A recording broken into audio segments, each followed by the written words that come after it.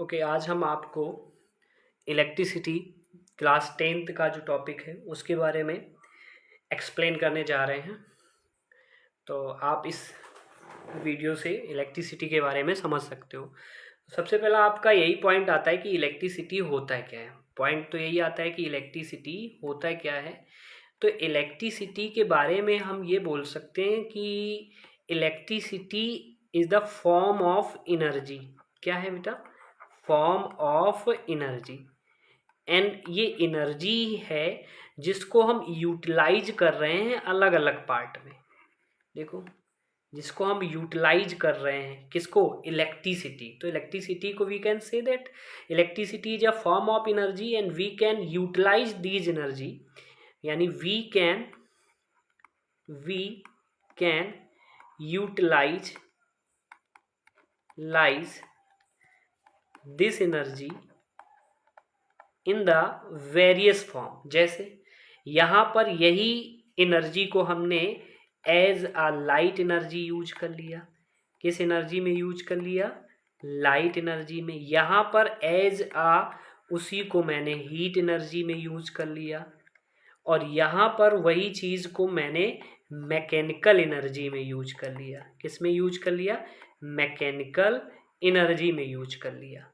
तो आप ये नहीं कह सकते हो, ये पॉइंट तो बिल्कुल क्लियर हो रहा है कि इलेक्ट्रिसिटी तो एक एनर्जी है और उस एनर्जी का यूटिलाइज हम बहुत सारी चीज़ों में करते हैं। जैसे यहाँ बल्ब जल रहा है तो लाइट एनर्जी, इंडक्शन चल रहा है तो हीट एनर्जी, और ये फैन चल रहा है तो मोटर चल रही है, मोटर का मतलब mechanical energy.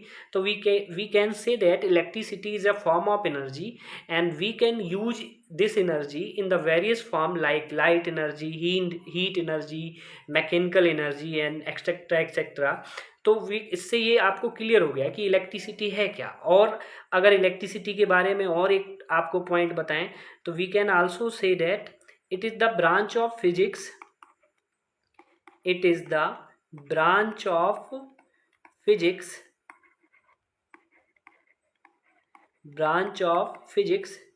where we study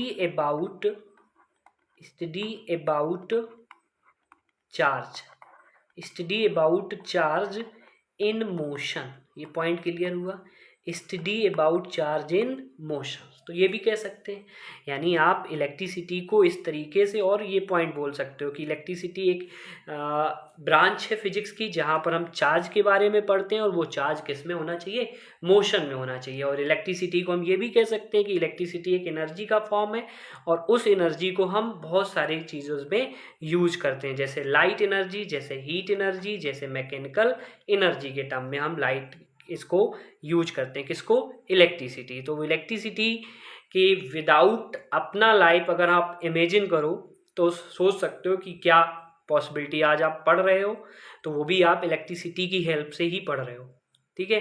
अगर ना इलेक्ट्रिसिटी होती ना आप ये फोन या कोई भी वगैरह लाइट आइट कुछ भी नहीं होता। तो देयर इज नो, मतलब we can imagine the life without electricity. मतलब पुराने समय की भी कहानी पे आ जाओ तो क्या होता होगा, कैसे वो लोग सरवाइव करते होंगे।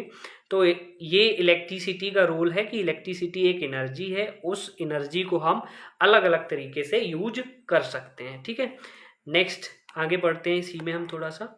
हाँ, इलेक्ट्रिसिटी के बारे में और थोड़ा सा देखा जाए तो हम ये कह सकते हैं कि इलेक्ट्रिसिटी में, जैसे अभी मैंने बताया था कि इलेक्ट्रिसिटी में स्टडी ऑफ चार्ज करना है। क्या करना है?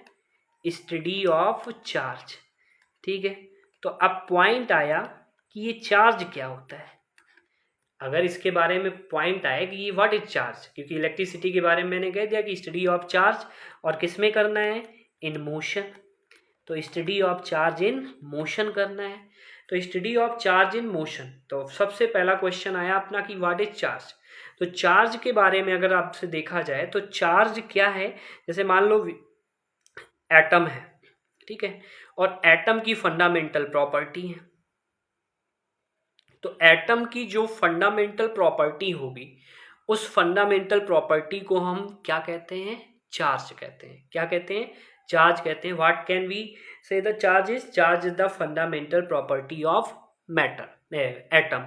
तो आप और भी कह सकते हो कि चार्ज की वजह से ही दो बॉडीज में फोर्स ऑफ अट्रैक्शन और रिपल्सन देखने को मिलता है। तो चार्ज ये भी डिसाइड करता है कि which body repel each other, which bodies are attract each other. तो ये चार्ज ही तो डिसाइड कर रहा है। तो ये चार्ज की वजह से, मतलब मान लो suppose you have two atoms and both atoms repel each other, तो ये किस पे डिपेंड कर रहा है? चार्ज पे डिपेंड कर रहा है। इसीलिए उसको क्या बोला गया है कि चार्ज को कौन सी प्रॉपर्टी है ये? Fundamental property of atom. Atom की कौन सी प्रॉपर्टी है? Fundamental property of atom. What is charge? That is the fundamental property of charge. ठीक है। एंड इसी प्रॉपर्टी की वजह से हमें यहाँ पर कौन सा फोर्स देखने को मिलता है? इलेक्ट्रिक फोर्स देखने को मिलता है। कौन सा फोर्स देखने को मिलता है? इलेक्ट्रिक फोर्स देखने को मिलता है। और ये इलेक्ट्रिक फोर्स का मतलब होता है कि जहाँ पर इलेक्ट्रिसिटी की बात की जा रही है तो इलेक्ट्रिक फोर्स के बारे में भी कह सकते हैं। और ये इलेक्ट्रिक फोर्स तब अराइज होता है जब दो बॉडी पर क्या होता है? चार्ज होता है। क्या होता है? चार्ज। और वो दो बॉडी या तो रिपेल करती हैं या फिर अट्रैक्ट करती हैं। ठीक है। तो इस फंडामेंटल प्रॉपर्टी के हिसाब से देखा जाए कि how they decide the body repel and the body attract, तो there we can say that कि चार्ज को हम दो तरीके से यहाँ पर प्रॉपर्टी को दो अकॉर्डिंग बांट सकते हैं।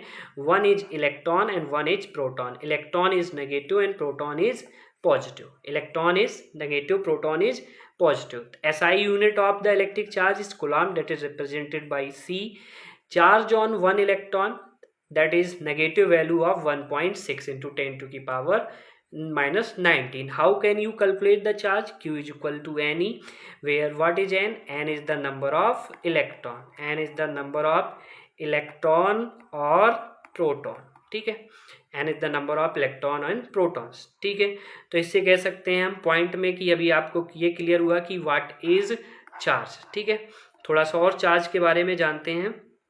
तो we can also say that, यहाँ से हमें ये क्लियर हो रहा है कि electric charge is a fundamental property of matter that causes it experience a force when placed in electric and magnetic field. अगर आप किसी भी चार्ज पार्टिकल को या मान लो मैटर को आप इलेक्ट्रिक फील्ड या फिर मैग्नेटिक फील्ड, इलेक्ट्रिक फील्ड कैसे बनती है? जैसे मान लो यहाँ पर एक बैटरी का सिंबल आपको मैं पहले से थोड़ा सा बताया दे रहा हूँ। तो ये सपोज मान लो ये बैटरी है, ये सेल है, इसमें और भी टर्मिनल अगर ऐड हो जाएंगे तो ये बन जाएगी क्या? बैटरी। ठीक है। तो मान लो जैसे यहाँ पर बैटरी है, ये हो गया प्लस, ये हो गया माइनस, सेल है या बैटरी है, तो यहाँ इलेक्ट्रिक फील्ड डेवलप हो जाती है ये। और अगर ये मैग्नेट है, नॉर्थ एंड साउथ, तो यहाँ मैग्नेटिक फील्ड डेवलप हो जाती है। तो वही कह रहा है कि अगर मैटर को हम इलेक्ट्रिक फील्ड और मैग्नेटिक फील्ड में रखेंगे तो there is a case of that will experience a force. ठीक है। Experience of force. तो इसी प्रॉपर्टी को हम क्या बोलते हैं? Electric charge. What can we say? Electric charge. ठीक है। We can say that there are two type of charges, positive and negative. Positive, जैसे अगर यहाँ पर हम देखा जाए तो पॉजिटिव और नेगेटिव दो टाइप के चार्जेस होते हैं। ठीक है। पॉजिटिव चार्ज कब आपको देखने को मिलता है वैसे, और नेगेटिव चार्ज आपको कब देखने को मिलता है? तो पॉजिटिव चार्ज वैसे आप देखें तो एट इक्विलिब्रियम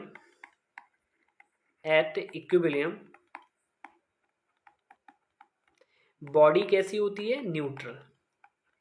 कैसी होती है? न्यूट्रल। बॉडी होती है न्यूट्रल। तो इक्विलिब्रियम की कंडीशन पर बॉडी होती है न्यूट्रल।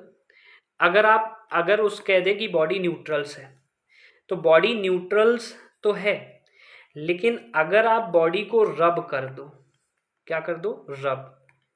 अगर आप बॉडी को टच कर दो, मतलब टच करा दो, रबिंग कर दो, टचिंग कर दो, तो अगर रबिंग हुआ या टचिंग हुआ, इस तरीके की कोई केस आप अप्लाई कर रहे हो वहाँ पे, तो आपको पता है कि दोनों बॉडी पर चार्ज अराइज होंगे। क्या होंगे? चार्ज। तो जिससे इलेक्ट्रॉन ट्रांसफर होंगे, जिस बॉडी पर इलेक्ट्रॉन गए that will have negative charge, और जिससे इलेक्ट्रॉन ट्रांसफर हुए उस पर कौन सा चार्ज? पॉजिटिव। तो इलेक्ट्रॉन जिससे गए वो पॉजिटिव, इलेक्ट्रॉन जिस पर आए वो नेगेटिव, यानी कि डिफिशियंसी जहाँ इलेक्ट्रॉन की हुई, जहाँ deficiency of electron that will positive, और जहाँ पर इलेक्ट्रॉनों की एक्सेज हो गई, क्या हो गई, एक्सेज ऑफ इलेक्ट्रॉन जहाँ पर हो गई, वो कैसा हो गया बॉडी पर, negative charge. Excess of electron body पर कैसे हो गए, नेगेटिव चार्ज हो गए। तो there are two type of the charges, one is positive and one is negative. What is charge? Charge is a property, fundamental property of matter that causes to experience force when that matter placed in magnetic field and electric field. अगर वही matter जिसकी वो fundamental property बताई जा रही है, अगर उसको आप इलेक्ट्रिक और मैग्नेटिक फील्ड में रख देते हो तो वो फोर्स एक्सपीरियंस करता है, उसी को हम क्या कहते हैं, इलेक्ट्रिक चार्ज। अगर फोर्स एक्सपीरियंस नहीं कर रहा है तो we can not say that कि that is the property of a fundamental, that is not a property of charge. Okay, some of the property of charges is also given. जैसे suppose positive और positive, मतलब दो body हैं, plus और plus हो गई, plus और minus हो गई, माइनस और माइनस हो गई। अगर इस तरीके से देखा जाए तो सेम चार्ज है, ये एक दूसरे को दूर भगाते हैं, रिपेल करते हैं, और अगर अपोजिट हैं तो एक दूसरे को क्या करते हैं, अट्रैक्ट। तो जैसे अगर सेम है तो like charges repel, opposite charges attract each other. तो ऐसा यूनिट तो आपको पता ही है कि क्या होता है, कूलाम होता है। तो नेक्स्ट आगे पढ़ते हैं, some of the property of charges given, that property of charges, ये जो पॉइंट हैं वो क्या है, property of the charges, properties of charge. तो चार्ज की प्रॉपर्टीज के बारे में देखते हैं हम थोड़ा सा। अब चार्ज की प्रॉपर्टी के बारे में हमें पढ़ना है, तो सबसे पहली चार्ज की प्रॉपर्टी है conservation of charge. Conservation of charge neither created nor destroy but transfer one body to other, एक बॉडी से दूसरी बॉडी में क्या हो जाएगा, ट्रांसफर। कैसे होगा ट्रांसफर, आप रब कर दो, जैसे मान लो आपने ग्लास रॉड को रब कर दिया, रब विथ सिल्क, तो ग्लास रॉड को सिल्क से रब कर दिया, तो रब किया तो ग्लास रॉड के इलेक्ट्रॉन कहाँ पे चले गए, सिल्क पे चले गए। तो ग्लास रॉड पॉजिटिव और सिल्क कैसी होगी, नेगेटिव। तो खत्म तो नहीं हुआ, ना तो आपने क्रिएट किया ना तो डिस्ट्रॉय किया, लेकिन ट्रांसफर ऑफ द इलेक्ट्रॉन हो गए। तो ये क्या होता है, कंजर्वेशन ऑफ चार्जेज होता है। ये क्या होता है, conservation of charges. Quantization of charge, यानी वी कैन से दैट अगर इलेक्ट्रॉन एक बॉडी से दूसरी बॉडी पर ट्रांसफर होगा तो वो हमेशा n इज इक्वल टू 1 2 3 4 5 से लेके सो ऑन ऐसे ट्रांसफर होगा, ना कि 1.2 इलेक्ट्रॉन गए, 1.3 इलेक्ट्रॉन गए, 1.5। हमेशा इंटीग्रल मल्टीफिल के फॉर्म में इलेक्ट्रॉन का ट्रांसफर होगा, जिसको आप कहते हैं क्वांटाइजेशन ऑफ चार्ज। ठीक है, next additivity of charge. Additivity का चार्ज का मतलब होता है कि बॉडी पर चाहे जैसा हो, चाहे प्लस हो, सपोज मान लो प्लस का Q1 है, Q1 माइनस का Q2 है, फिर प्लस का Q3 है, तो ओवरऑल करोगे क्या करोगे, Q1 plus minus Q2 plus Q3। मतलब ये साइन यूज तो किया, लेकिन यहाँ पर क्या किया जाता है, सम किया जाता है। तो total charge is algebraic sum of individual charges, जो भी इनका सम किया जाए वो इसके इक्वल हो जाता है। ठीक है, तो दीज आर द प्रॉपर्टी। और आपको पता है कि सिमिलर चार्जेस रिपेल करते हैं और अपोजिट चार्जेस क्या करते हैं, अट्रैक्ट करते हैं। तो these are the properties of the charge, these are the properties of the charge. Next आगे प्रॉपर्टीज ऑफ चार्जेस में कुछ और आप पिक्चर्स देख सकते हो, जिसमें आपने देखा है कि लाइक चार्जेस रिपेल कर रहे हैं, अनलाइक चार्जेस अट्रैक्ट कर रहे हैं। तो आई थिंक आपको ये क्लियर हो गया है कॉन्सेप्ट। ठीक है, हाँ एक पॉइंट और यहीं पर आप देखो कि बॉडी न्यूट्रल्स है, ये बॉडी न्यूट्रल्स है, यहाँ पे ना तो पॉजिटिव है ना तो नेगेटिव है। ठीक है, तो अगर ये इलेक्ट्रॉनों का लॉस कर रही है, अब यहाँ पर क्या है कि जो इलेक्ट्रॉन होंगे, number of electron is equal to number of proton, मतलब जितने यहाँ पर इलेक्ट्रॉन होंगे उतने ही यहाँ पर क्या होंगे, प्रोटॉन होंगे। तो यहाँ पे तो न्यूट्रल है। अगर इलेक्ट्रॉन इससे लॉस हो गए तो यहाँ पर आया प्लस, प्लस का मतलब कैटाइन, कैटाइन का मतलब बॉडी पर कैसा चार्ज, पॉजिटिव चार्ज। कैसा चार्ज हो गया, पॉजिटिव चार्ज। इलेक्ट्रॉन इसने गेन कर लिए इसने बॉडी ने, तो इस पे नेगेटिव चार्ज, नेगेटिव को कहते हैं एनाइन, और इस पे कैसा चार्ज हो जाएगा, नेगेटिव चार्ज हो जाएगा। इस पिक्चर में देख रहे हैं बाल बैलून से अटैच हो रहे हैं, बाल ऊपर की तरफ उड़ रहे हैं। तो ये क्या कंडीशन है, अब बैलून को बालों से रब कर दिया गया, रब कर दिया गया तो ये क्या हो गया, इससे चार्ज हो गए। वैसे नीचे रखे रहते हैं तो वो कैसे होते हैं, न्यूट्रल। हम बालों में उंगलियां डाल के ऐसे ऊपर ऊपर करते रहते हैं तो वो बाल ऊपर हो जाते हैं। बाल जब ऊपर हो जाते हैं तो वो बाल कैसे हो जाते हैं, चार्ज हो जाते हैं। अदरवाइज जो जिसी तरीके से बाल हैं तो वो कैसे होते हैं, न्यूट्रल। तो चार्ज आप बॉडी को, चार्ज बॉडी को रब करके, यानी अगर आप दो बॉडी को रब कर रहे हो तो बॉडी चार्ज हो जाएगी। चार्ज बॉडी को आप कंडक्शन यानी टच कराकर, और एक प्रॉपर्टी और है चार्जिंग बाई इंडक्शन, इंडक्शन जिसमें केवल टच नहीं करना है, तो ये इंडक्शन है, ये कंडक्शन है जिसमें टच कराना है। रबिंग का मतलब फिर फोर्स लगाना है। इंडक्शन में क्या करना होता है, केवल आप चार्ज बॉडी को अनचार्ज बॉडी के पास ले जाते हैं। एक चार्ज बॉडी को अनचार्ज बॉडी के पास ले जाओगे और जो अनचार्ज बॉडी है वो विदाउट टच चार्ज हो जाती है। तो ये charging of the body is depend on the 3 point, rubbing, rubbing का मतलब फ्रिक्शन, ठीक है, कंडक्शन एंड इंडक्शन।